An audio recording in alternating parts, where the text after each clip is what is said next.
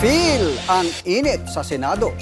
Hindi dahil sa hearing, kundi dahil sa pagtitipid sa kuryente. Pakikiisa raw yan ng mga senador, lalo na ngayong may kinakaharap na krisis. Narito ang Politico Update. Hawak mo ang hit kung ikaw ay Senate bid. Ramdam na sa loob ng Senado ang tag-init na pinatindi pa ng epekto ng pagtitipid ng mga senador bilang tugon sa krisis sa enerhiya ng bansa. Sa tangkapan ni Senador Loren Legarda, kanya-kanyang baon ng pamaypay dahil binawasan ng lamig ng aircon na centralized sa buong Senado. Ang ilang ilaw ay pinatay muna. Kailangan pong magtiis, kailangan magdala ng pamaypay, o ganyan. Tapos magsuot ng mga maluluwag na damit. Hindi na muna kami nagbi-blazer. Sa hallway, electric fan ang gamit ng mga kawani ng Office of the Senate Sergeant-at-Arms na nakaistasyon sa bungad ng elevator. Nanatili namang nakabukas ang mga pinto ng opisina ni Senator Win Gatchalian para hindi makulob sa loob at makatulong ang hangin mula sa hallway.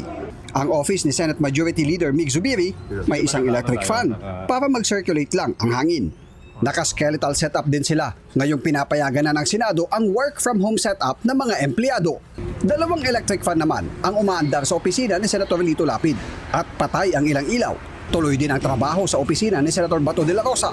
Isang electric fan ang gamit ng ilang empleyado na silang nakatoka para pisikal na pumasok ngayong araw. Pinapayagan rin ngayon na kahit t-shirt muna ang mga staff ni Senator Jinggoy Estrada. At maging sa reception area ng Office of the Senate President, electric fan ang bida.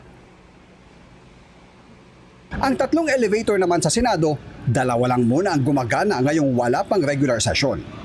Ayon sa Senate employees, ang pagtitipid sa paggamit ng kuryente ang kanilang ambag para tugunan ang krisis sa enerhiya. Hindi namin binubuksan lahat ng ilaw. Nagtitipid po kami, kung makikita nyo. Hindi po kami nagbubukas ng electric fan kasi nga po binabaan ng aircon ngayon dito sa Senate. So nagdadala po kami ng pamaypay. Yung iba pong mga gamit na hindi naman madalas ginagamit, tinatanggal po namin sa saksakan. Mapasenador o empleyado, dama ang epekto ng krisis. Kaya naman, lahat naghihigpit ng sinturon para hindi maaksaya ang enerhiya.